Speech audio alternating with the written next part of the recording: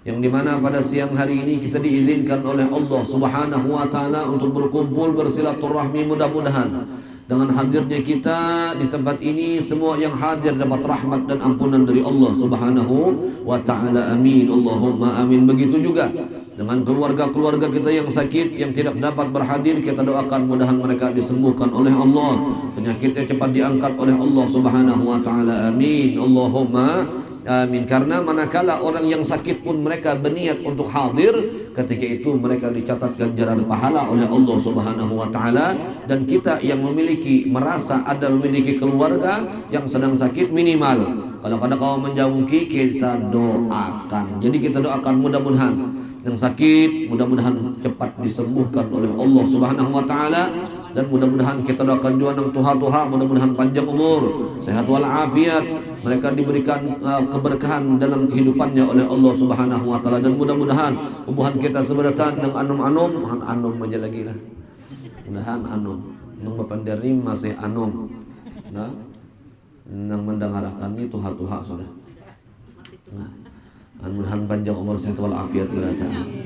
Amin, Allahumma amin. Jadi Masya Allah, tabarakallah, suatu ketika Baginda Muhammad sallallahu alaihi wa alihi wasallam, beliau pernah mengatakan dalam salah satu sabdanya, la taj'alu buyutakum kubura. Kata Baginda Muhammad, jangan kalian jadikan rumah kalian itu seperti kuburan. Oleh karenanya alhamdulillah, orang-orang kita yang setiap bulan berputar, berkeliling dari satu tempat ke tempat yang lain, tujuannya diantara menghidupkan rumah kita dengan zikir kepada Allah Subhanahu wa Ta'ala. Karena ujar Nabi Muhammad, ada rumah sebagian hamba Allah yang dimana rumah mereka itu seperti mana kuburan, selayaknya kuburan. Kenapa jadi seperti kuburan? Padahal yang namanya rumah itu bagus, penuh dengan lampu, penuh dengan hiasan, penuh dengan ini itu. Tapi ujar Nabi, ada rumah-rumah sebahagian hamba-hamba Allah yang dimana secara hakikatnya mereka tersebut tidur seperti mana di tempat atau di kuburan-kuburan. Kenapa? Karena di rumah mereka tidak ada orang yang berzikir kepada Allah. Kadada rumah tuh orang berzikir, kadada orang sholat, kadada orang beribadah, kadada orang melakukan aktivitas kebaikan, kadada. Maka di rumah tersebut dan dipenuhi dengan kegelapan. Karena salah satu dari dua, ujar para ulama kita, rumah kita itu bisa jadi tempat malaikat rahmat atau pula bisa menjadi tempat syaitan dan tentara-tentaranya. Nauzubillah min dzalik. Ya mudahan kita jadikan rumah-rumah kita seperti mana rumah yang penuh dengan kebaikan. Oleh karenanya Nabi Muhammad sendiri, beliau itu selepas beliau salat fardu, selepas beliau salat wajib, Baginda Muhammad itu selalu bulik. Setiap imbas sembahyang fardu, Nabi Muhammad itu bulik ke rumah. Apa yang digawi Baginda Muhammad ketika sesampai beliau di rumah? Menggawi sunnah ba'diyah. Kalau ada sunnah ba'diyahnya. Yang kata. Nah, jadi kenapa jadi dikatakan, ditanya oleh para ulama-ulama kita, Baginda Muhammad melakukan hal yang demikian itu? Karena rumah itu pun juga kita usahakan menjadi tempat ibadah kepada Allah Subhanahu wa Ta'ala. Karena amun rumah itu sudah menjadi tempat ibadah kepada Allah Subhanahu wa Ta'ala, maka orang yang hadir, orang yang ada di dalam rumah tersebut akan diberkahi juga oleh Allah Subhanahu wa Ta'ala. Tempat jadi turunnya rahmat dengan sebab ada yang berzikir, dengan sebab ada orang yang melakukan aktivitas ibadah. Dengan sebab tersebut akan diberikan ketenangan oleh Allah Subhanahu wa Ta'ala. Oleh karenanya para sahabat Nabi Muhammad itu dulu jangankan dulu buhan pian jagin ada nang tuha-tuha nih takunija beheri itu adakah kada lampu beheri kala zaman sahabat Nabi itu, manakala mereka berjalan di malam hari itu, mereka melihat mereka melihat seperti mana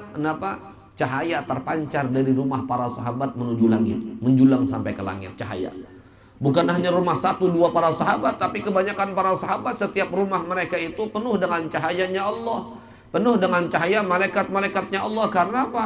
Ternyata setelah dicek, ternyata didengari, ada salah seorang sahabat mendengari, kenapa rumah ini penuh dengan cahayanya Allah? Ujarnya apa didengarinya? Ada orang baca Al-Quran. Berpindah lagi ke rumah yang satunya, lah rumahnya penuh dengan cahaya. Kenapa? Ternyata di sana ada orang yang salat. Berpindah lagi ke rumah yang lainnya, ternyata mereka orang berzikir kepada Allah Subhanahu wa Ta'ala. Jadi setiap rumah yang di dalamnya ada orang berzikir, ada orang melakukan ibadah, maka di rumah tersebut terpancar cahaya. Terpancar cahaya ini dibuktikan suatu ketika ada salah seorang sahabat Nabi bertanya kepada baginda Muhammad, "Ya Rasulullah, apa jar baginda Muhammad? Mabik, ada apa gerangan?" Ujarnya, "Malam tadi wahai Rasul, kami di dalam rumah ini mendengar akan satu hal kejadian yang Masya Allah tabarakallah," ujarnya. Kejadian kuda kami ini biasa tenang, tapi ketika itu kuda yang kami miliki ini di malam itu tumbur benar, abut benar. Jadi ketika itu ujar Nabi Muhammad sallallahu alaihi wasallam, "Ma fa'altum?" Apa yang kalian perbuat di rumah kalian? "Nahnu naqra'ul Qur'an wa nadhkurullah wa nusalli." Kami ujarna salat, kami ada yang baca Quran, kami ada yang berzikir. Ujar baginda Muhammad, itu cahaya para malaikat-malaikat Allah yang dilihat oleh kuda kalian saat itu. Diperlihatkan oleh Allah Subhanahu wa taala kepada hewan, maka oleh karenanya ada sebagian hewan-hewan yang mereka itu dasar dan diperkenankan oleh Allah untuk melihat dengan hal yang demikian itu, cahaya dan lain sebagainya. Tapi kada kau apa mengisahkan lawan kita. Nah, ini disebutkan oleh baginda Muhammad sallallahu alaihi wasallam. Jadi para sahabat itu melihat rumah-rumah orang-orang yang berzikir kepada Allah tuh bercahaya sampai ke langit. Bahkan disebutkan oleh Nabi, di setiap rumah orang yang berzikir beribadah kepada Allah, malaikat itu menyaksikan dengan rumah-rumah yang bercahaya. Nah, kada bercahaya, ada tahu-tahu malaikat. Kenapa? Seperti mana kita ujar baginda Muhammad melihat di langit itu ada cahaya. Kenapa? Kelap-kelip. Cahaya apa itu? Bintang. Cahaya bintang. Jadi diumpamakan oleh Nabi, para malaikat-malaikat Allah tersebut pun juga melihat cahaya-cahaya, percikan-percikan cahaya ketika mereka memandang ke bumi, seperti mana kita melihat bulan, ada cahaya. Maka oleh karena itu tempat cahaya-cahayaan itu tempat yang dikenal oleh para malaikat, karena malaikat selalu datang ke tempat-tempat seperti itu. Maka ujar para ulama-ulama kita, karena di sana digawi kebaikan, di sana digawi sesuatu ibadah, maka oleh karenanya malaikat pun juga berkumpul hadir bersama dengan mereka. Oleh karenanya jadi rumah-rumah kita itu kita hidupkan dengan zikir kepada Allah Subhanahu wa taala. Dan yang paling penting juga ujar Nabi Muhammad, "Idza dakhala ahadukum baitah," bila masuk salah seorang di antara kalian rumah kalian, "fasallimu alaihi," maka masuk tuh mengucap salam. Maka fadhkurillaha ta'ala inda dukhulikal bait. Oleh karenanya ujar Nabi Muhammad, ketika bubuhan kita masuk ke dalam rumah, masuk ke rumah, kita ini seberataan disuruh oleh Nabi untuk mengucap salam. Mengucap salam, berzikir kepada Allah, dan di antara makna zikir adalah salam. Disuruh untuk berzikir kepada Allah, dan di antara makna zikir adalah mengucap salam. Jadi ketika itu ujar Nabi Muhammad, "Idza dakhala ahadukumul baitahu," bila ada salah seorang di antara kalian masuk rumah, "fadzakarallah," kemudian dia berzikir kepada Allah Subhanahu wa taala, maka qala syaitan, maka syaitan berkata, ujar Nabi Muhammad, ini disebutkan dalam hadis Nabi, hadis yang sahih, ujar baginda Muhammad, qala syaitan, "La ma adraktumul mabit walal 'asha." Kalian tidak mendapatkan malam ini tempat tinggal, dan kalian tidak mendapatkan makan malam pada malam hari ini. Karena apa? Orangnya masuk dalam rumah berzikir, orangnya masuk dalam rumah bebacaan. Maka oleh karena itu kita ini setiap masuk rumah disuruh bebacaan, minimal yang kita baca ya salam. Suatu ketika Al Habib Ali Al-Jufri, beliau pernah ditanya oleh salah seorang yang bertanya kepada Habib, ujar Sirin, "Kenapa di rumah kami ini selalu kami kada akur dalam berkeluarga?" Lalu ujar Habib Ali Al-Jufri membalik pertanyaannya, "Indama dakhaltum baitakum," apakah manakala kalian masuk ke dalam rumah kalian, kalian itu berzikir kepada Allah? Berzikir kepada Allah lah, ujar Habib Ali Al-Jufri. Terdiam orang tersebut. Lalu apa ujar Habib Ali Al-Jufri? "Dengan sebab itulah rumah kalian itu dipenuhi dengan syaitan atau makhluk-makhluk yang tidak diridhai oleh Allah Subhanahu wa taala." Karena apa? Masuk kita dengan tanpa zikir kepada Allah. Karena ujar Nabi, apabila kita masuk rumah dengan tanpa berzikir kepada Allah, syaitan ikut masuk di lawan kita. Ayo bayangkan, berapa kali kita keluar masuk rumah? 10 kali, 10 hikung. Maka syaitan ini kadang mau sikung-sikungnya berbawaan.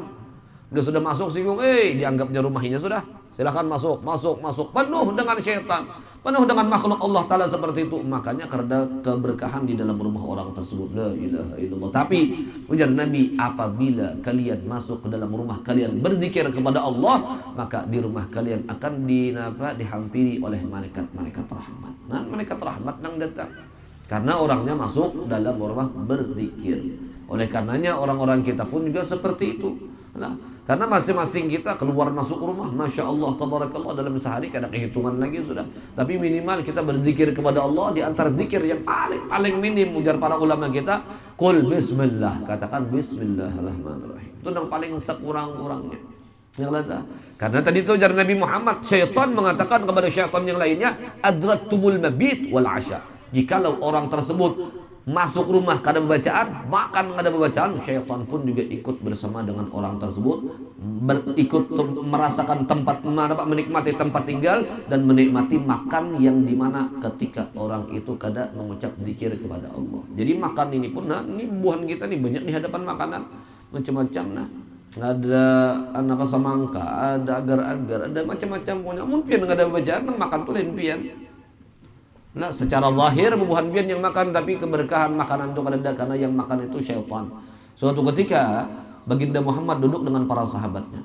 Jadi ketika itu, nah, di pertengahan makan Nabi Muhammad melihat akan salah seorang sahabat yang ketika itu baru ingat zikir kepada Allah, hanya ingat bacaan pas di tengah-tengah, di tengah-tengah makan zidin.